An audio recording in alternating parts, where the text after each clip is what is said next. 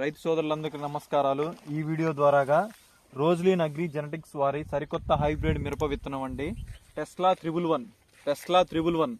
ఇది ఏకునాంపేట గ్రామం అండి. బాలు నాయక్ అనే రైతుకి మనం 1 ఎకరానికి శాంపిల్గా ఇచ్చామండి.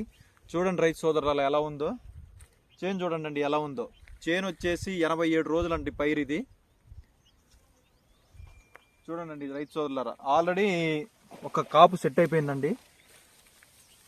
చూడండి ఎలా ఉందో సైజు కానీ, చిక్కటి కాపు, దగ్గర కాపుతో పచ్చికాయ నలుపు ఉండటం వల్ల తాలుగాయ కానీ, కాయకం మచ్చ కానీ ఎటువంటి లేదండి.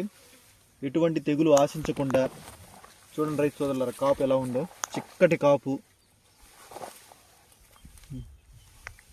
కింద నుంచి పైదాకా ఒకటే సైజు కాయలతో, బొబ్బర ముడత అనేది ఎక్కడ ఆశించకుండా మంచి దిగుబడిని ఇవ్వగల దమ్మున్న మిరప విత్తనం అండి ఇది, టెస్లా 111. ఆల్రెడీ రైతు చెప్పే మాటలు ఏంటంటే 10 నుంచి 15 క్వింటాలు ఆల్రెడీ కాసిందండి. ఇది కరెక్ట్గా 80 నుంచి 90 రోజుల మధ్యలో ఉన్న పైరండి ఇది. చూడండి రైతు సోదరులారా ఎలా ఉందో, అటు చూపించబ్బా. చూడండి రైతు సోదరులారా, రోజ్లీన్ అగ్రి జెనెటిక్స్ వారి సరికొత్త హైబ్రిడ్ మిరప విత్తనం టెస్లా 111.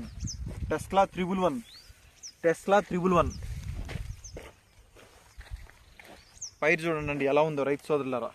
ఎక్కడైనా సరే ఎటువంటి తెగులు ఆశించకుండా, బొబ్బర ముడత కానీ, నల్లి కానీ, తామర పురుగు కానీ ఎటువంటి తెగులు ఆశించకుండా చిక్కటి కాపు, దగ్గర కాపుతో మంచి సైజు, పచ్చికాయ నలుపు ఉండటం వల్ల తాలుగాయ అనేది అస్సలు కాదండి. చూడండి రైతు సోదరులారా ఎలా ఉందో.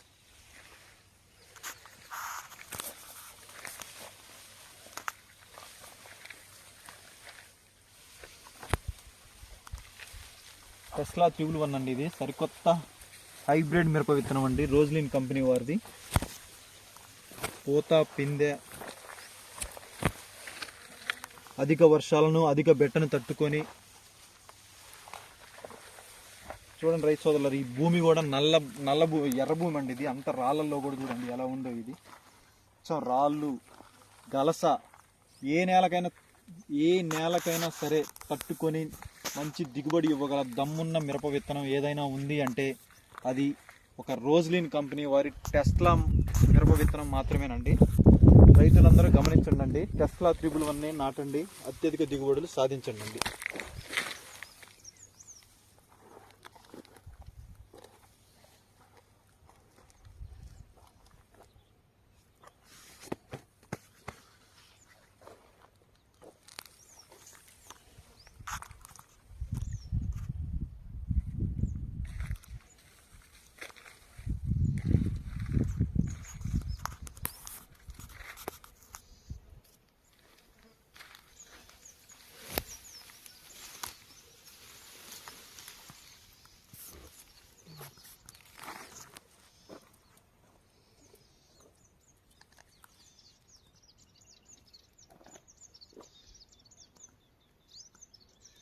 ఒక్కసారి చెట్టుని గమనించండి రైతు సోదరులారు ఎలా ఉందో.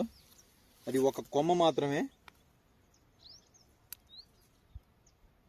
కొమ్మ నిండా కాయలేనండి. సైజు చూడండి, ఒకదానికొకటి పోటీ సైజుగా.